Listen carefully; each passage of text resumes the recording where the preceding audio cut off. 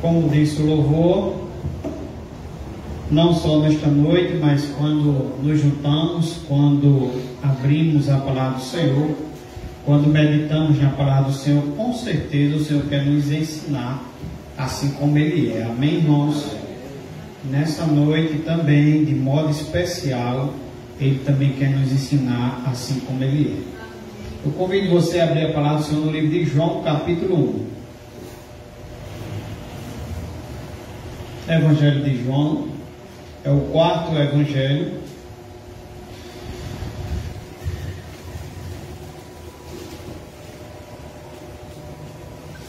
Eu quero dizer aos irmãos que João, ele escreve esse livro quando já Mateus, Marcos e Lucas já estavam escritos, já eram lidos, né? E João escreve também quando os apóstolos, né, alguns dos discípulos já haviam se tornado mártires. E João escreve para combater uma grande heresia que estava acontecendo no tempo. E uma das heresias era que Jesus não é Deus. Então João escreve para defender essa tese de que Jesus é Deus. E não é diferente nos nossos dias. A gente vê as superstições, a gente vê as crenças erradas. Basta você se dedicar à palavra de Deus, basta você amar a palavra de Deus, basta você pedir ao Senhor para conhecer Ele cada dia mais, basta você procurar ser como Ele é, que você vai ver que há muitas crenças que não é o Evangelho, né? Que na verdade Paulo disse que quando aparecesse o outro Evangelho fosse maldição, seja anátema, porque há só esse Evangelho, o Evangelho de Jesus Cristo. E eu estava até comentando quarta-feira e achei engraçado que alguns chegaram aqui de branco, e não vá se incomodar com o que eu vou falar, mas a irmã André já sabe até o que é que eu vou dizer. Ela estava quarta-feira no culto de confraternização lá, e uma das coisas que eu falei é que às vezes no Natal, véspera de ano, às vezes as pessoas ficam pensando até qual vai ser a mensagem, né, que vai ser pregada. Mas eu disse ali que tem que ser pregada toda a Escritura, toda a palavra de Deus é a palavra de Deus, foi inspirada por Deus, homens separados, homens que o Senhor já tinha tirado o coração de pedra, já tinha dado o coração de carne, homens que o Senhor já tinha purificado suas mentes e colocado a mente de Cristo, né? E homens que o Senhor havia separados, né, para escrever o seu Evangelho, toda a Escritura, e toda a Escritura é inspirada por Deus, e é a palavra de Deus, né? Então, a gente não pode se agarrar apenas a algumas partes da Bíblia, mas a gente tem que se agarrar a toda a Bíblia é a palavra de Deus. E quando eu falava de branco aqui, é porque, assim como João, ele vai combater aqui o gnosticismo, uma heresia que havia naquele tempo, assim também, até hoje, precisamos combater algumas coisas, né? Natal, por exemplo, quando se fala em Natal, a gente parece até que Natal é luzes, é Papai Noel, né? Como foi pregado aqui pelo presbítero Ismael. Natal é Papai Noel, Natal é presente, e acho até engraçado que às vezes o Papai Noel entrega o presente e a criança fica até pensando que foi o Papai Noel que trouxe, e a criança fica sem saber às vezes que saiu do bolso do pai e da mãe. Então é uma coisa muito enganosa, é uma coisa que a gente sabe que não existe. Estava até conversando essa semana com uma pessoa ali embaixo perto da lagoa, e ela dizia que teve um Papai Noel que precisava entregar um presente, mas Papai Noel teve que dizer aos pais das crianças que fosse até a casa dele, porque na casa dele, vestido de Papai Noel, ele ia poder dar o presente. Mas se ele fosse até lá, que é da lagoa para baixo, ia aparecer um bocado de criança, ia querer presente, e ele não tinha presente para dar a todo mundo. Então, mais uma vez, vez é uma farsa, né? É um engodo, é um engano, que a gente sabe que essas coisas tomou o lugar do dono da festa. O dono da festa é Jesus. E a gente não vê as pessoas dar o maior lugar a Jesus, né? É como se fizesse a festa e deixasse o dono da festa de fora. Então, o Papai Noel substituiu Jesus, o comércio é quem tem que vender, né? Achei engraçado quando Ismael disse que o ano passado, por causa da pandemia, quem sabe fechou todas as lojas, e aí disseram, não houve Natal, não houve vendas, então o Natal não prestou. Então, mas o Natal não é isso, o Natal é Jesus, é o nascimento de Jesus, é o nascimento do nosso Salvador, né? E assim como há crenças erradas no Natal, há também no São João, há também no São Pedro, há também muitas outras crenças. Há crenças também colocadas em Maria, que nem Maria também aceitaria essas crenças. Assim como também em João, em Pedro, e eu falava quarta-feira também acerca da roupa branca. Chega esse tempo, parece que o pessoal está mais sentimental, parece que querem abraçar mais, parece que querem pedir perdão, mas essas coisas não deveriam ser todos os dias, essas coisas não deveriam ser todos os meses, né? E quando chega o Natal, o Ano Novo, a virada de ano, tem pessoas que querem virar o ano de branco, né? Alguns vão dizer, não, eu quero de amarelo, não estou dizendo que é você, Raul, eu quero de amarelo porque o amarelo seria ouro, né? Não, eu quero de branco porque o branco seria paz. Não, eu quero de verde porque o verde seria esperança. Mais uma vez a nossa fé está sendo desviada, que deveria ser em Deus, né, irmãos? Então, nada contra você estar de branco, romper o ano de branco, mas eu quero dizer a você que romper ano, mudar de ano, não tem nada de magia nisso. Precisamos mesmo pedir ao Senhor, me ensina a ser como tu és. Precisamos mesmo abrir a Escritura e procurar a vontade de Deus. A vontade de Deus, ela está revelada nas Escrituras. Ela não está no disse-me disse, ela não está na tradição, e nada pode ser maior do que as Escrituras. Então, quer ser bem sucedido hoje, a Bíblia diz que tema ao Senhor e ande nos caminhos do Senhor. E o caminho do Senhor está revelado na Bíblia. Quer ser bem sucedido amanhã? Tema ao Senhor e anda nos caminhos do Senhor. Quer ser bem sucedido em 2022? Tema ao Senhor e anda nos caminhos do Senhor. Então não há outro meio, né? As outras coisas serão esperanças enganosas que vão nos frustrar, mas o Senhor, Ele não nos frustra. Amém? Que os irmãos, não estou querendo dizer isso diretamente aos irmãos, mas tem tudo a ver com o que a gente vai ouvir nessa noite. João, ele escreve justamente esse livro para combater algumas heresias que estavam acontecendo. Então, João capítulo 1, versículo 1 ao 14, acompanhe comigo a leitura. No princípio era o Verbo, e o Verbo estava com Deus, e o Verbo era Deus. Ele estava no princípio com Deus.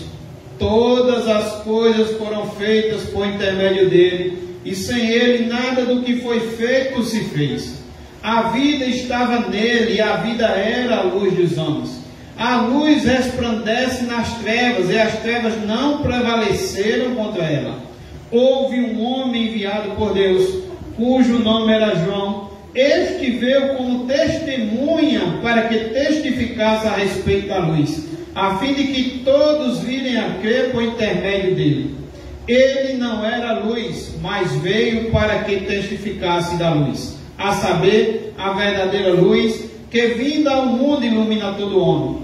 O Verbo estava no mundo, o mundo foi feito por intermédio dele, mas o mundo não o conheceu.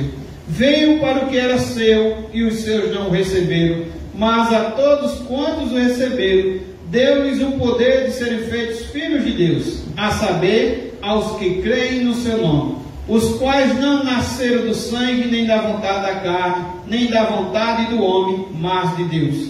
E o Verbo se fez carne e habitou entre nós, cheio de graça e de verdade, e vimos a sua glória, glória como unigênito do Pai. Pai amado, querido Deus, Abençoa-nos, ó Pai, com essa leitura, com a explanação, Senhor, da Tua Palavra, que precisamos, ó Pai, conhecer como Tu és. Senhor, precisamos cada dia imitar o Senhor, precisamos cada dia, Senhor, andar no centro da Tua vontade, Senhor. A Tua Palavra diz, ó Pai, que quando colocamos outras coisas em Teu lugar, Senhor, não somos dignos do Senhor. Então, Senhor, corremos muito riscos, ó Pai, de estar vivendo uma vida, Senhor, que não Te agrada, ó Senhor. Então, nessa noite, te pedimos, nos ensina a saber como Tu és, nos ensina a ver a Tua vontade, nos ensina, Senhor, a não temer, Senhor, amanhã, a não temer o 2022, e nos ensina também, Senhor, a não nos agarrar em esperanças, ó Pai, que não vem da parte do Senhor, mas nos ensina a agarrar nas Tuas promessas, no poder da Tua Palavra, que não mente, que é a verdade, Senhor.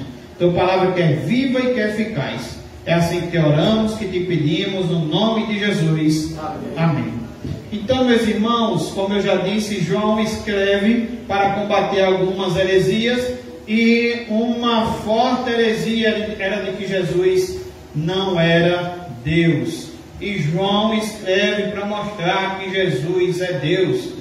E observa aqui comigo, eu já vou para alguns pontos nessa noite com você. Observa aqui comigo alguns atributos desse verbo, né? Versículo 1 diz que no princípio era o verbo. Deixe sua Bíblia aberta e vá acompanhando. No princípio era o verbo. Meus irmãos, ao referir-se aqui ao verbo ou ao logos, João ele está abrindo aqui a cortina da eternidade, e João está nos mostrando que antes do princípio, antes de todas as coisas, antes que todas as coisas já existissem, o Senhor está dizendo que no princípio já era o verbo. Quando tudo começou, João está se referindo a quando tudo começou, quando a gente vê lá no livro de Gênesis, capítulo 1, versículo 1, que diz assim: no princípio criou Deus os céus e a terra. João está nos dizendo que o verbo já existia. No princípio, antes de Deus dizer haja luz, haja terra, haja firmamento, João está dizendo que o verbo ele já existia. No princípio, esse princípio é em relação a isso. Criou Deus os céus e a terra. Ele está dizendo que no princípio, antes disso, antes de criar Deus os céus e a terra, já era o verbo já existia. Ele já existia antes que a matéria fosse criada e antes que o tempo começasse. Na eternidade passada, João está se referindo antes do começo de todas as coisas, antes do espaço, irmãos, antes do tempo, que a gente conhece de tempo, sim, antes da matéria. Ele está dizendo que no princípio, antes do início de tudo, o verbo já existia. Então, meus irmãos, o verbo, ele é eterno, porque e eternidade é um atributo apenas de Deus. E se João está nos mostrando de que esse verbo já estava lá no princípio, então esse verbo também é eterno. Esse verbo ele é antes do tempo. Ele é o Pai da eternidade.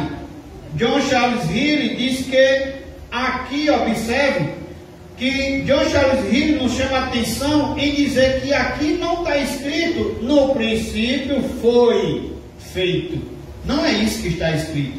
No princípio foi feito o verbo. Não é isso que está escrito. Não está escrito no princípio era o verbo.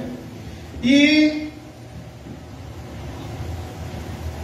a gente observa que assim também esse verbo não é um ser criado. Se ele já estava antes da criação, então ele não é um ser criado, como afirmava, por exemplo, Ário, o herético do século IV, e como ensina hoje as testemunhas de Jeová. Vão dizer que Jesus é uma criação de Deus, mas a palavra do Senhor, que está acima dessas heresias, que está acima desse entendimento diário, que está acima desse entendimento da testemunha de Jeová, que querem diminuir a pessoa de Jesus. Não é isso que diz a palavra de Deus. A palavra de Deus diz que no princípio era o Verbo. Hernando Dias Lopes, ele diz que tem um livro chamado As Categorias de Aristóteles. E ele diz que o pensador grego diz que eu e você só conseguimos entender algumas coisas dentro de categorias humanas, dentro de tempo, dentro de espaço e de tamanho. Ele está querendo dizer que a gente não consegue entender muito acerca da eternidade. Ele diz: quer ver um exemplo? Se você tirar um dia de 1 milhão de anos, você sabe quanto é 1 milhão de anos. E se você tirar um dia de 1 milhão de anos, sabemos que não temos mais 1 milhão de anos. Veja como a gente entende acerca de tempo. Mas sobre a eternidade, se você tirar 1 milhão de anos da eternidade, quanto é que sobra? A resposta é que sobra a eternidade. Se eu subtrair 1 milhão de anos da eternidade, quanto é que resta? Mais uma vez, a resposta é a eternidade. Logo, a eternidade não é tempo. Logo, eterno só Deus o é. Porque a eternidade, meus irmãos, é um atributo exclusivo de Deus. E aqui está mostrando para a gente que o Verbo é eterno. Se a eternidade é um atributo só de Deus e o Verbo é eterno, então o Verbo é Deus. Em segundo lugar, olhe para a sua Bíblia. Ele não diz apenas no princípio era o Verbo, mas ele diz também: e o Verbo estava com Deus. No princípio, no início, antes de tudo ser criado, já era o Verbo, já estava lá. E agora diz que estava com Deus. Ele estava no princípio com Deus, antes da criação do universo. Nos recônditos da eternidade, o Verbo desfrutava, irmãos, pela plena comunhão com Deus Pai.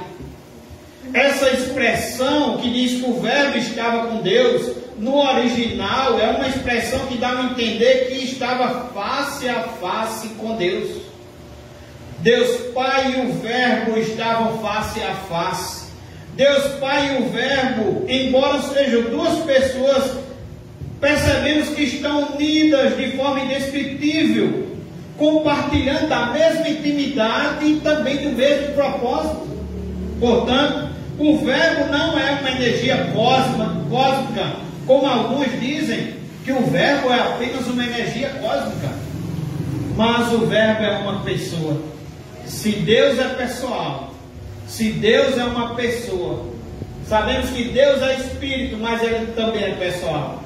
E se temos o Verbo que está face a face, é porque o Verbo também é uma pessoa. E esse Verbo é Jesus, que não é uma força energética, como eu já disse, não é uma energia cósmica, mas é uma pessoa.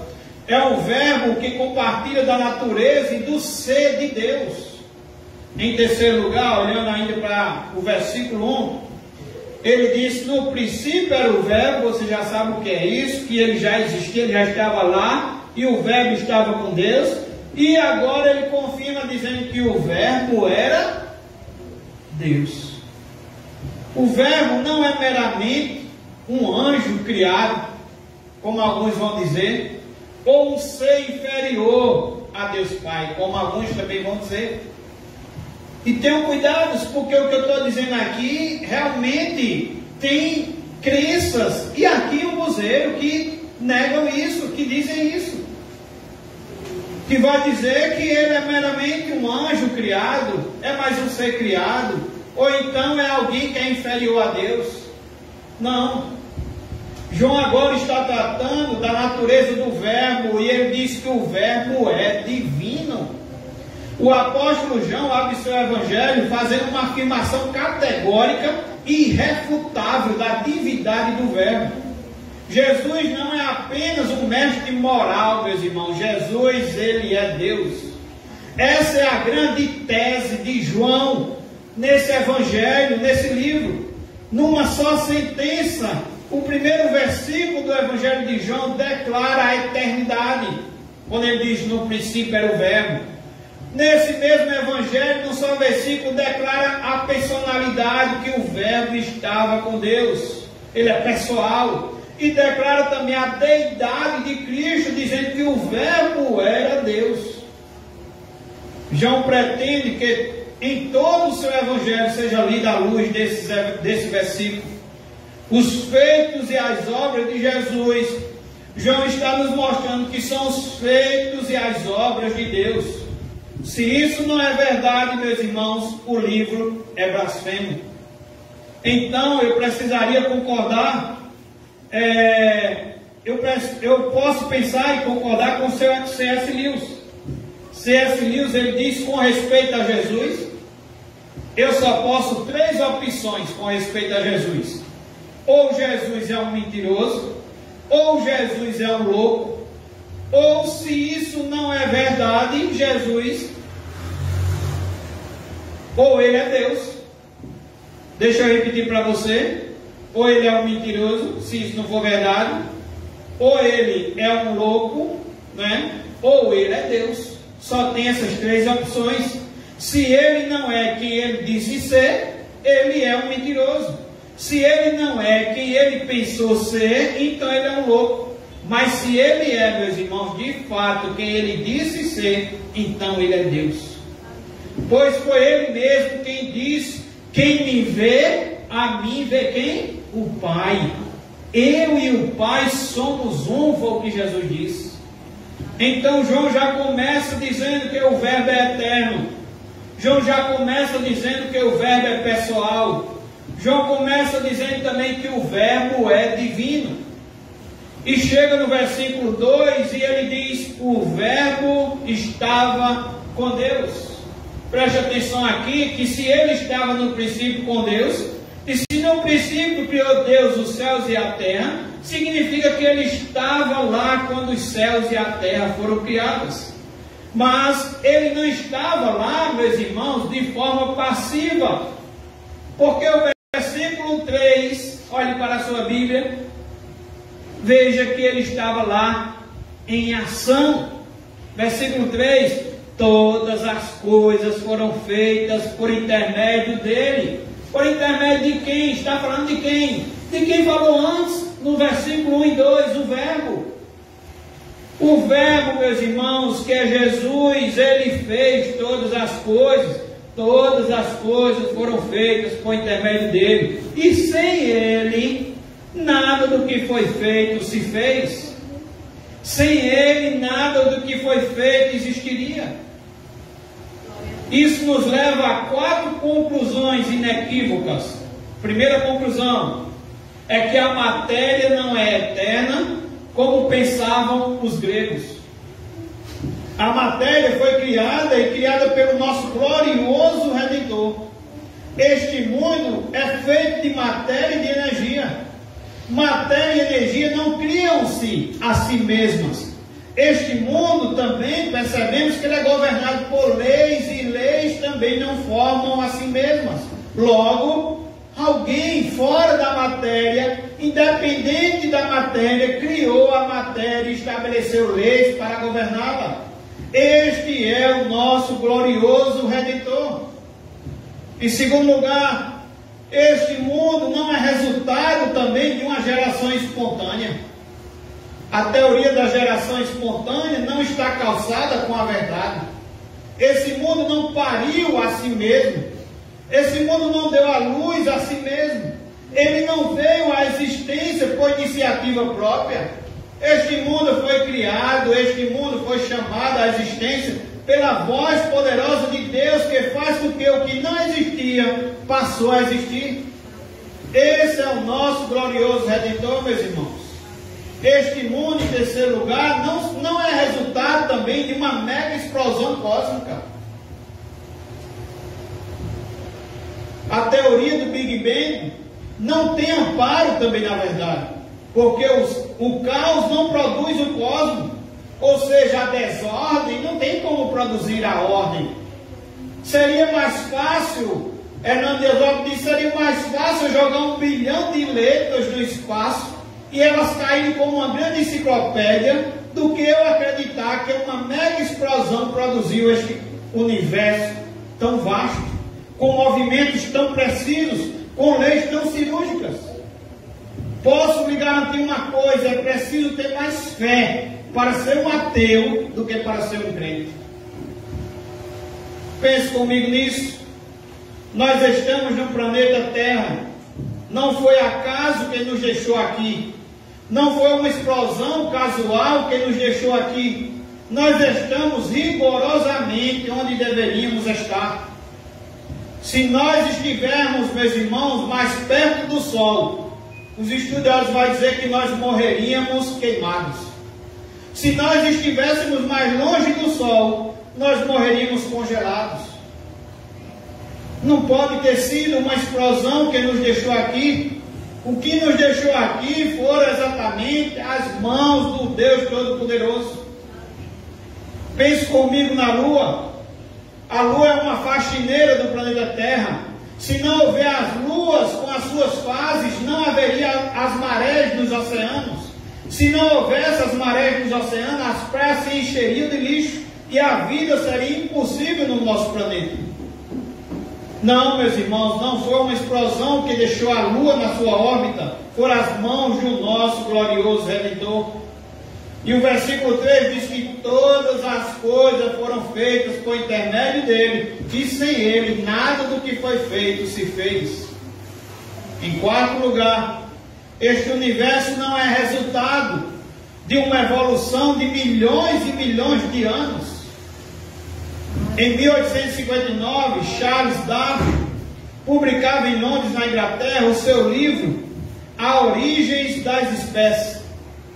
De lá para cá, a teoria da evolução tem sido ensinada desde o ensinamento fundamental ao pós-doutorado como uma verdade científica. Falta-lhe, entretanto, evidências das provas. Irmãos, cristianismo não é artigo de fé. Criacionismo não é artigo de fé. Criacionismo não é artigo de religião.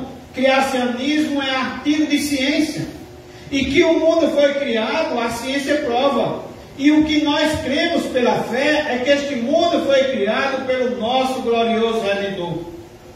Portanto, a coisa mais importante nesta noite para nós, de um ano tão difícil, como já disse aqui nosso irmão Marivaldo, de um ano pandêmico, de tantas lutas, de tantas lágrimas, de tanto luto, de tantas dores, é compreender, meus irmãos, quão grande é o nosso glorioso Redentor, quão poderoso Ele é, quão maravilhoso Ele é e quão digno Ele é de honra e glória. Quando o profeta Isaías estava escrevendo um texto messiânico, que apontava para o Messias, que apontava para Jesus, que tratava do servo de Deus, Isaías 40, versículo 12, diz que este é aquele que mediu as águas na concha de sua mão. Pense comigo no Atlântico, no Pacífico, no Índico, no Mediterrâneo, nos mares, nos rios, nas fontes.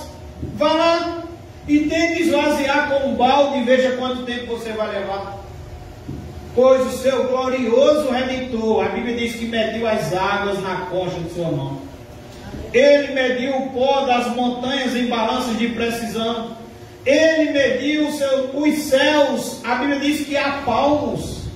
Ele espalhou as estrelas do firmamento, e por ser forte em força e grande poder, quando as chama pelo nome, nenhuma delas vem a faltar, pois esse é o nosso glorioso Redentor. Pergunte a um astrônomo, por mais robusto que seja o seu conhecimento, qual é o tamanho exato do universo? Qual seria a resposta dele?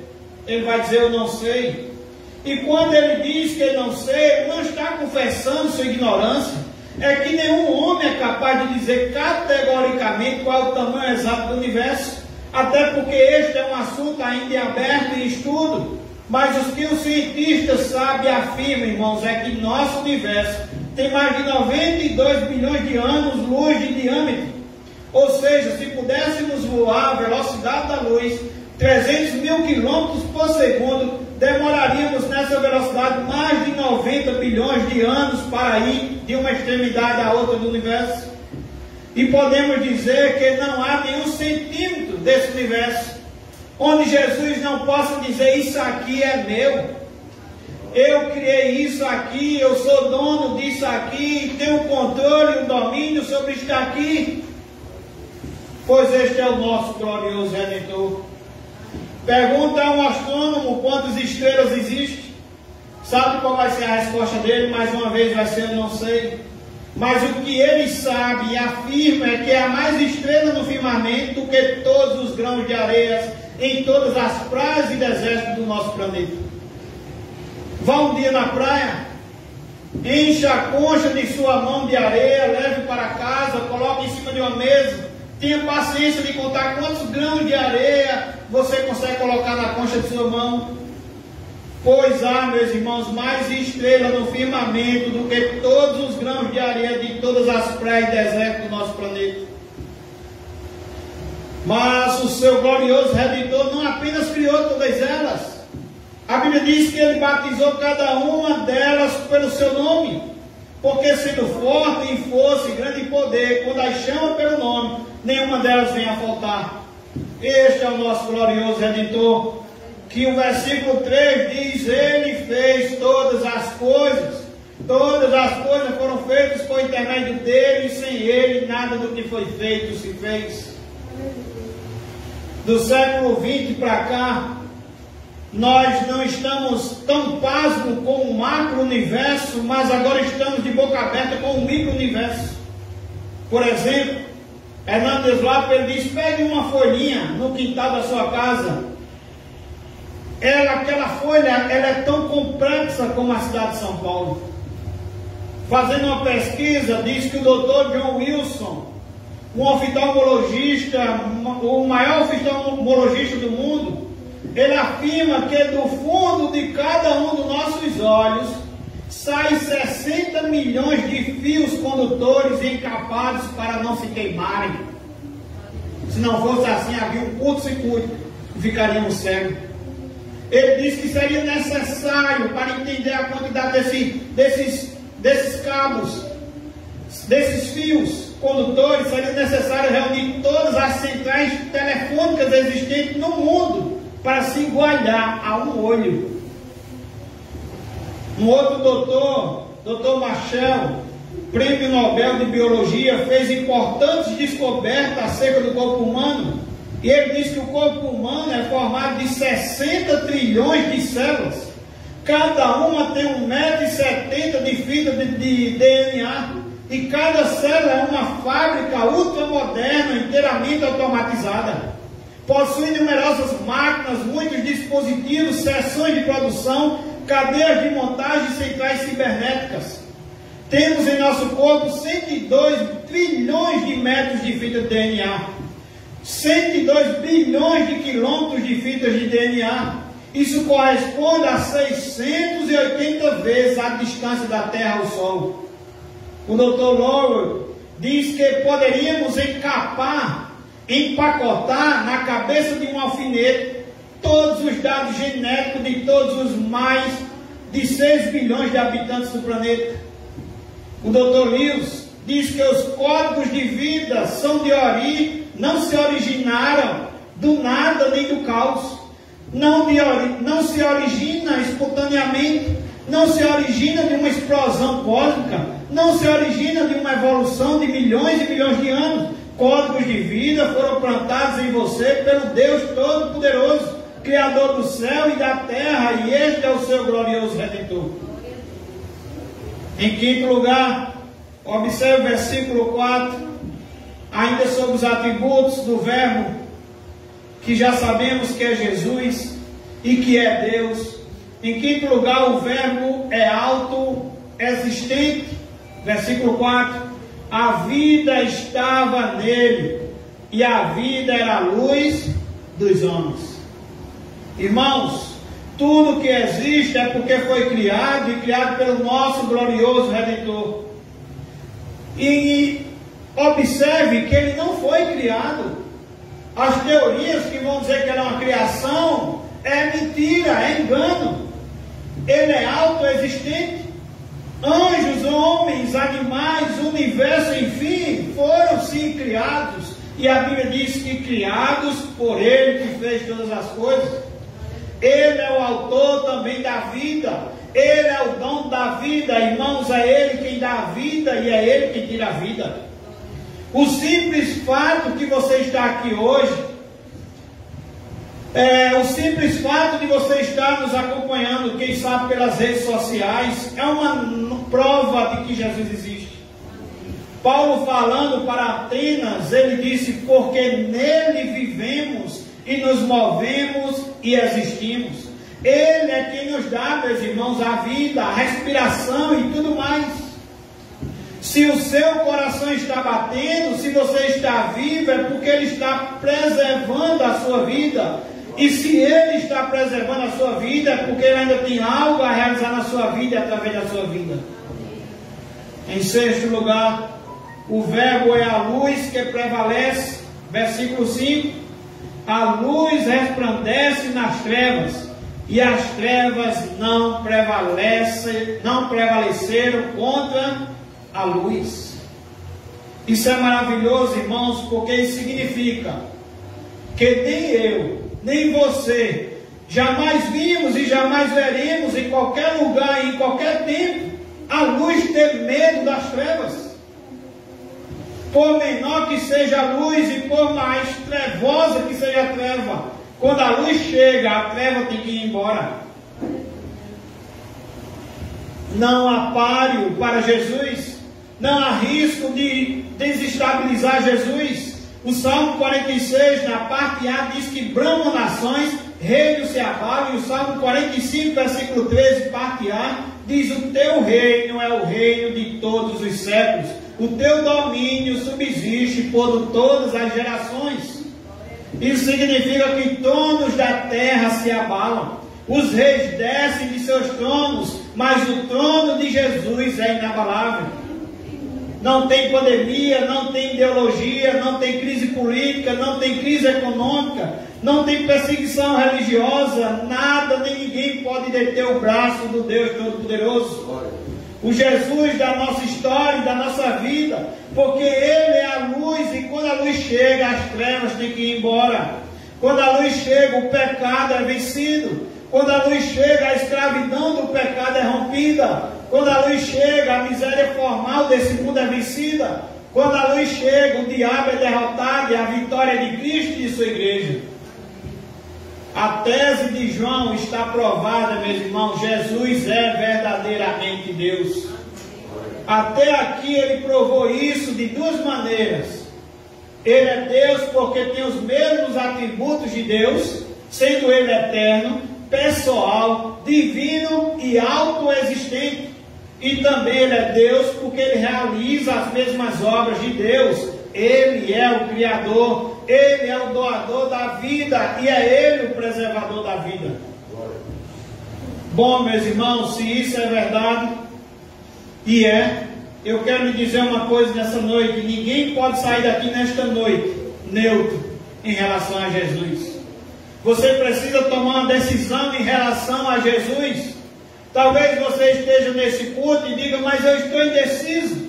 Eu preciso dizer a você que a indecisão é uma decisão. A indecisão é a decisão de não decidir. E com respeito a Jesus, quem não é por Ele é contra Ele. Quem com Ele não ajunta, a Bíblia diz que espalha. E é por isso que a partir de agora, do versículo 6 em diante, João vai nos apresentar 3 decisões em relação a Jesus. Observe, 3 decisões em relação a Jesus. Qual é a sua decisão nesta noite? Qual é a sua atitude nessa noite em relação a esse verbo, a esse Jesus, a Deus? Em primeiro lugar, veja qual é a decisão de João Batista. Versículo 6 ao versículo 9. Houve um homem enviado por Deus, cujo nome era João. Este veio como testemunha para que testificasse a respeito da luz, a fim de todos virem a crer por intermédio dele. Ele não era luz, mas veio para que testificasse da luz, a saber, a verdadeira luz, vinda ao mundo, que vinda ao mundo ilumina a todo homem. Havia 400 anos, irmãos, entre o livro ali de Malaquias e o livro de João Batista, onde não havia a palavra de Deus.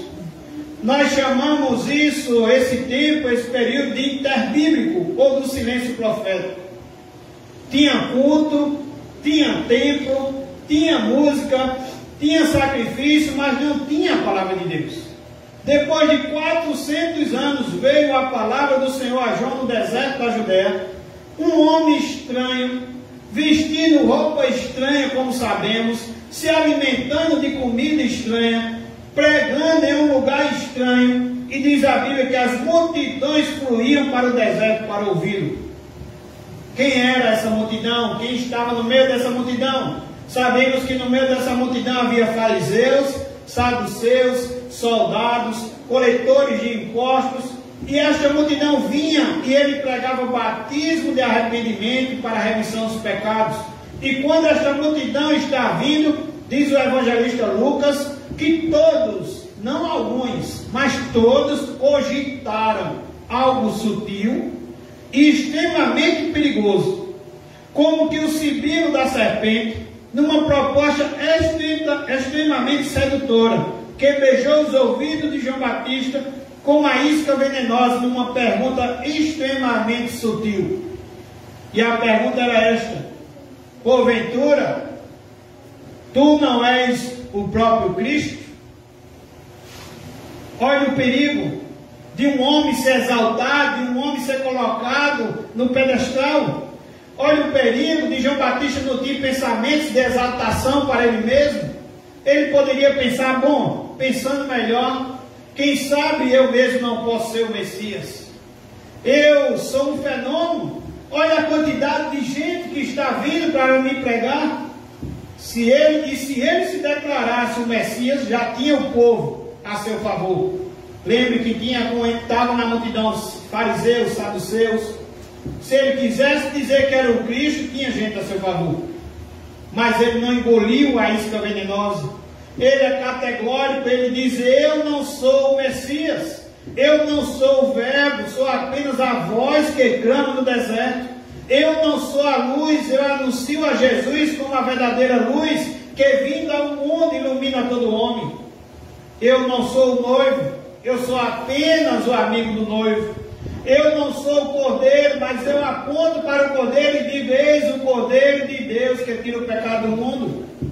Mateus capítulo 3, versículo 11, diz a passagem que João Batista diz: eu batizo com água para arrependimento, mas aquele que vem depois de mim é mais poderoso do que eu, cujas sandálias não sou digno de levar. Ele vos batizará com o Espírito Santo e com fogo.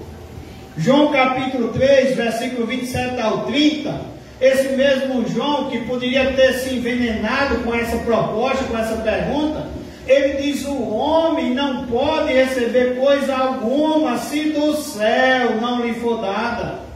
Vós mesmos sois testemunhas de que vos disse: eu não sou o Cristo, mas fui enviado como seu precursor.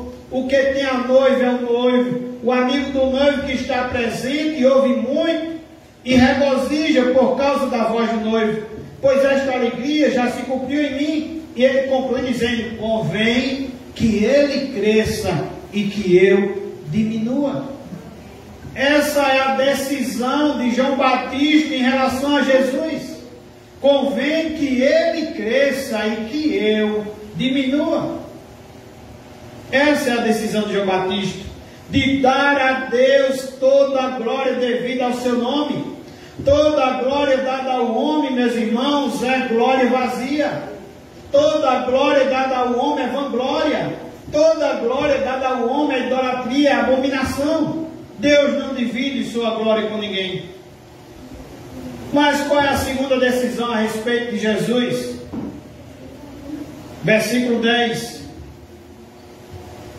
A decisão de rejeição de Jesus. Rejeitar o Messias. rejeitar o Verbo. Versículo 10: o Verbo estava no mundo, o mundo foi feito por intermédio dele, mas o mundo não o conheceu. Veio para o que era seu, e os seus não o receberam. A pergunta é: quem são esses aqui do texto que diz os seus que não receberam? Quem são esses? Esses aqui, meus irmãos, são os judeus, o seu povo, o povo da aliança, o povo da promessa. E por que eles não receberam esse Jesus? Será que foi falta de luz? Será que foi falta de evidências? Não, foi falta de fé. Irmãos, todo o Antigo Testamento é uma espécie de preparação para a chegada de Jesus. Desde Gênesis capítulo 3, versículo 15, a gente já escuta a palavra do Senhor dizendo: da semente da mulher nascerá aquele que esmagará a cabeça da serpente. Os patriarcas falaram de Jesus, os profetas apontaram para Jesus, o cordeiro da Páscoa era um símbolo de Jesus, o tabernáculo era um símbolo de Jesus, a arca da aliança era um símbolo também dele. O que estava dentro da arca, as tábuas da lei, o vaso com maná, a vara seca de Arão que floresceu, eram símbolos de Jesus. As festas de Israel eram símbolos de Jesus. O sacrifício do templo eram símbolos de Jesus. O sábado era uma sombra dele, porque ele é a realidade. Tudo apontava para ele era a realidade. E então, meus irmãos, na plenitude dos tempos ele veio, nascido de mulher, nascido sob a lei. O Verbo se fez carne e ele andou por toda a parte fazendo bem, libertando os oprimidos do diabo. Os cegos viram, os mudos falaram, os surdos ouviram, os leprosos foram purificados, os mortos ressuscitaram. A glória de Deus se manifestou e a todos ele pregou o evangelho do reino. Mas diz a palavra do Senhor: os seus não o receberam. Hernandes Lopes, ele diz que praticamente todos os anos ele tem ido a Israel, levar uma caravana. E ele diz que talvez a dor mais angustiante que tem é ao chegar lá e perceber que pessoas tão zelosas, que ficam lá nos muros das lamentações, lendo a lei de dia e de noite, com fervor, tenham uma venda nos olhos. Eles ainda estão esperando o Messias, que sabemos, irmãos, que já veio há 2000 anos na pessoa de Jesus de Nazaré. Cuidado para que você, com tanto conhecimento, não despreze a Jesus, porque se você desprezar a Jesus, não tem escape para a sua vida. Porque como escaparemos nós se negligenciarmos tão grande salvação, diz a palavra do Senhor. É por isso que há uma terceira decisão, e quem sabe precisa ser a sua nesta noite. A decisão de aceitar o Verbo, a decisão de aceitar Jesus como o único Senhor e Salvador da sua vida. Versículo 12, ele diz: mas, e esse mais sempre significa que aconteceu alguma coisa antes. Esse mais podia ser entretanto também, ou porém, né? Então, além da virtude da rejeição de Israel, o texto está querendo nos dizer agora no versículo 12: mas a todos quantos o receberam, deu-lhes o poder de serem feitos filhos de Deus, a saber, aos que creem no seu nome, os quais não nasceram do sangue, nem da vontade da carne, nem da vontade do homem, mas de Deus. A grande pergunta também aqui é quando o texto diz a todos quantos receberam. A grande pergunta é: todos quantos? Ou todos quem? E a resposta é: todos os homens, todas as mulheres, todos doutores, todos analfabetos, todos grandes, todos pequenos, todos ricos, todos pobres, todos religiosos, todos não religiosos, todos os brancos, todos os amarelos, todos os pardos, todos os negros, todos daqui, todos dali, todos de lá, não importa de onde vem, não importa para onde vai. A Bíblia está dizendo que se você receber a Jesus, você recebe o poder de ser feito filho de Deus. Fica evidente também uma coisa, precisamos prestar atenção, que nem todos então são filhos de Deus. Nem todos então são filhos de Deus. Ser filho de Deus não é algo comum, não é algo natural. Ninguém é filho de Deus porque é cidadão de um país chamado cristão. Ninguém é filho de Deus porque frequenta uma igreja evangélica. Ninguém é filho de Deus porque nasceu numa família cristã. Ser filho de Deus é algo mais revolucionário que possa acontecer na sua vida. É quando o Espírito Santo vem e entra dentro de você e muda as suas disposições íntimas da sua alma e abre os seus olhos, tirando as vendas dos seus olhos, destampando os seus ouvidos, tirando o tampão, e entra dentro de você e arranca seu coração e de pele, coloca o coração de carne, e você se torna uma nova criatura. Você nasce de novo, você nasce do alto, você nasce do Espírito, você nasce de Deus, você fica sendo membro da família de Deus. Agora, meus irmãos, João cuidadosamente não quer que a gente saia daqui hoje com qualquer dúvida sobre o que significa ser filho de Deus. Olhe para o versículo 13. Ele explica no versículo 13, primeira coisa, os quais não nascem do sangue. Como é que é isso? O que isso significa? Significa que ser filho de Deus não é algo hereditário. Às vezes até perguntamos, você é filho de Deus? Quem sabe alguém dissesse, é claro, meu pai é um pastor da igreja, minha mãe é uma presidente do ciclo de oração, e acredito que ser filho de pastor é uma bênção, e ser filho de uma mãe de oração é algo maravilhoso, mas ninguém é filho de Deus, porque o pai é pastor e a mãe é uma mulher piedosa. Ninguém entra no céu, nem por ser da família, nem por procuração. A porta é estreita, só passa por uma vez, um por vez. Seu pai não pode substituir você, sua mãe também não, sua mulher também não, seu marido também não.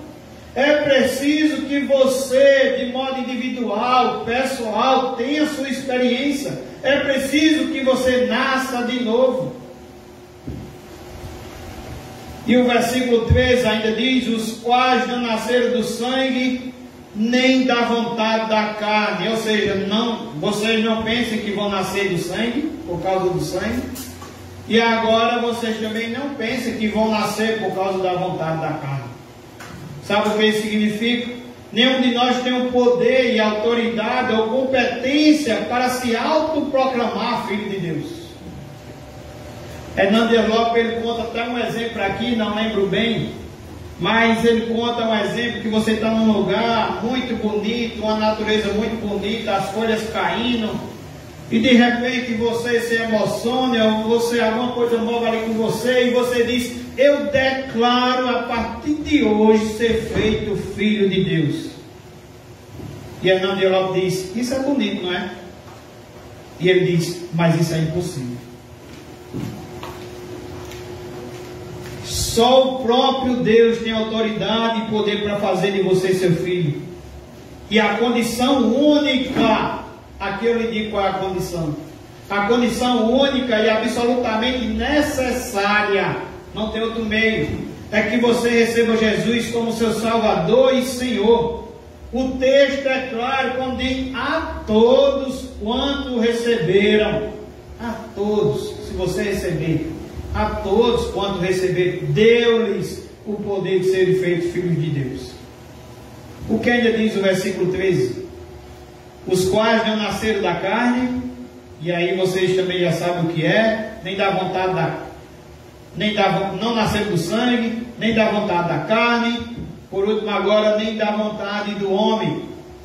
Isso significa o quê? Significa que nenhum ser humano, por mais ilustre que seja, tem autoridade e competência para dizer, seja filho de Deus.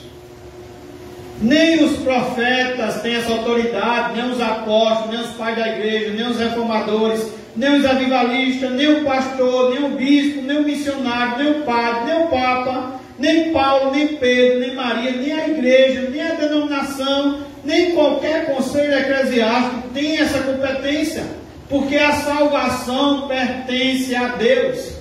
Ela está nas mãos de Deus e Deus dá a salvação a quem? A todos quanto receberem seu Filho Jesus Cristo como seu Salvador pessoal. Mas agora João vai nos levar ao encerramento dessa mensagem no versículo 14, acerca da encarnação do Verbo. Versículo 14, primeira parte diz: e o Verbo se fez carne e habitou entre nós. A pergunta é: que verbo? E a resposta é o que já ouvimos nessa noite: o verbo eterno, o verbo pessoal, o verbo divino, o verbo criador, o verbo autoexistente, o verbo que é o doador da vida, o verbo que é preservador da vida, o verbo que já dissemos nessa noite e já vimos que é Deus. Autoexistente, imenso, infinito, eterno, imutável, onipotente, onipresente, onisciente, transcendente, soberano, maior que tudo quanto Ele criou. Numa linguagem bíblica, nem o céu do céu pode contê-lo. E Ele se esvaziou, como diz as Escrituras, Ele se esvaziou e se fez carne e habitou entre nós, a ponto de se tornar um embrião, um feto, um bebê que nasce de uma virgem, enfaixado em panos, colocado em uma manjedoura. Ali estava o Criador do universo, ali estava o Deus transcendente como um bebê, mistério dos mistérios. Mas Ele não veio para habitar longe de nós. A Bíblia diz que Ele veio habitar entre nós, e vestiu pele humana e calçou as sandálias da humildade. Ele pisou o nosso chão, Ele bebeu a nossa água, Ele comeu o nosso pão, Ele sentiu a nossa dor, Ele chorou a nossa lágrima, Ele carregou sobre o seu corpo no madeiro o nosso pecado, Ele verteu o seu sangue por nós, Ele morreu por nós, Ele ressuscitou para a justificação, Ele voltou para o céu, Ele derramou o Espírito Santo, Ele está no trono, Ele reina e Ele vai voltar pessoalmente, visivelmente, inesperadamente, repentinamente, inescapavelmente e gloriosamente. E o Verbo se fez carne e habitou entre nós. E como Ele se manifestou, versículo 14, parte B, Ele se manifestou como, irmãos? O Verbo trouxe salvação para a raça humana. O texto diz: se manifestou pleno ou cheio de quê? De graça e de verdade. Porque se Ele viesse cheio de justiça e de juízo, Ele nos destruiria. Note você que a Bíblia diz que o melhor de nós, as nossas justiças aos olhos dEle, não passam de trapo de imundícia. Se o melhor de nós não passa de trapo de imundícia, imagina o pior de nós. Mas Ele veio, a Bíblia diz que Ele veio cheio de graça, irmãos. Ele nos apanhou arruinados, Ele nos apanhou sujos, contaminados, depravados, condenados. Nós estávamos mortos nos nossos delitos e pecados, e a Bíblia diz que Ele nos deu vida. Ele nos deu vida, Ele nos limpou, Ele nos lavou, Ele nos transformou, Ele nos restaurou, e Ele nos fez membros da família de Deus. E João conclui dizendo: e vimos a sua glória como a glória do unigênito do Pai. O Verbo veio revelar a glória do Pai. Quando Deus, e a glória aqui não é um atributo de Deus, como é a santidade, a justiça, a misericórdia. Glória aqui é um termo teológico que significa a somatória de todos os atributos de Deus no seu resplendor máximo. Quando Deus mandava um profeta no Antigo Testamento, por via de regra, ele apontava para um tributo de Deus. Isaías, por exemplo, apontou sobre a santidade de Deus. Amós enfatizou a justiça de Deus. Oséias enfatizou a misericórdia de Deus. Mas, meus irmãos, quando Jesus Cristo veio, Ele veio para mostrar Deus. Sabe por quê? Porque Ele era a exata expressão de Deus. Ele era o resplendor da glória, Ele era e é a imagem do Deus invisível, e nele habitou corporalmente toda a plenitude da divindade. Por isso ele pode dizer: quem me vê a mim, vê o Pai, porque eu e o Pai somos um. Eu quero concluir mostrando aos irmãos que João consegue defender sua tese. João, ele faz isso de duas maneiras. Ele diz que Jesus Cristo é verdadeiramente Deus, porque Ele realiza as mesmas obras. E ele diz que Jesus Cristo é verdadeiramente Deus, porque Ele tem os mesmos atributos. E ele faz, para mostrar que Jesus realiza as mesmas obras, João seleciona 7 milagres. Porque se Ele faz as obras de Deus, logo Ele é Deus. Primeiro milagre, capítulo 2, Ele transforma a água em vinho. Segundo milagre, capítulo 4, Ele cura o filho de um oficial. Terceiro milagre, capítulo 5 de João, Ele cura o paralítico de Betesda. Quarto milagre, capítulo 6, Ele multiplica pães e peixes. Quinto milagre, capítulo 6, Ele anda sobre o mar. Sexto milagre, capítulo 9, Ele cura um cego de nascença. Sétimo milagre, capítulo 11, Ele ressuscita Lázaro. Se Ele faz as obras de Deus, logo Ele é Deus. E João, ele defende também que Jesus Cristo é verdadeiramente Deus, porque Ele tem os mesmos atributos. Em João 8,58, João está lá escrito: antes que Abraão existisse, Jesus diz: eu sou. E eu sou é o grande nome de Deus revelado a Moisés no Monte Sinai. Jesus está dizendo: eu sou. Jesus está dizendo que Ele é o mesmo do Antigo Testamento. João seleciona para isso 7 declarações, onde Jesus disse: eu sou, para provar que Jesus é Deus do Antigo Testamento, para provar que Jesus tem os mesmos atributos de Deus. Primeira declaração está em João 6,35, Jesus diz: eu sou o pão da vida. Segunda declaração está em João 8,12, Jesus diz: eu sou a luz do mundo. Terceira declaração em João 10,9, Ele diz: eu sou a porta. Quarta declaração está em João 10,11, Ele diz: eu sou o bom pastor. Quinta declaração está em João 11,25, onde Jesus diz: eu sou a ressurreição e a vida, e quem crê em mim não morrerá eternamente. Sexta declaração, João 14,6, Ele diz: eu sou o caminho, a verdade e a vida, e ninguém vai ao Pai senão por mim. Sétima declaração, João capítulo 15, versículo 11, Jesus diz: eu sou a videira verdadeira e meu Pai é o agricultor. Então, se Jesus tem os mesmos atributos de Deus, Jesus é Deus. Jesus, meus irmãos, é único. Jesus é incomparável. Ele é o nosso grande Deus. Ele é o nosso glorioso Redentor. Ele é o nosso Senhor. Ele é a nossa alegria. Ele é a nossa paz. Ele é a nossa justiça. Ele é a nossa herança. Ele é a razão da nossa vida. A Ele, nesta noite e todos os dias da nossa vida, não somente hoje, não somente amanhã, não somente uma promessa de fim de ano para ano que vem, mas a Ele devemos render toda a nossa honra. A Ele rendemos a glória, a Ele rendemos o louvor e o poder agora e pelos séculos eternos. E por isso, você não precisa ter medo do amanhã de 2022, das tempestades. Você não precisa ficar desesperado, porque o destino da sua vida está nas mãos de Jesus, e Ele está sentado no trono, e Ele é Senhor dos senhores. Amém.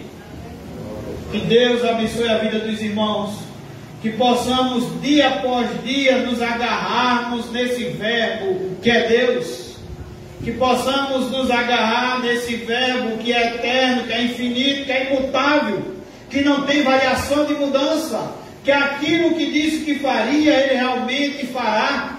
Aquele verbo que diz que também que está conosco todos os dias de nossas vidas. Por isso, se você ainda não entregou a vida a Jesus, você precisa tomar sua decisão. Você pode fazer isso orando aí, você pode fazer isso levantando sua mão, você pode fazer sentado aí também, orando. E eu quero orar por você que já entregou sua vida a Jesus. E depois farei uma oração. Se porventura alguém não entregou a vida a Jesus, se não quiser vir aqui na frente, se não quiser levantar as mãos, você pode fazer aí na sua cadeira mesmo.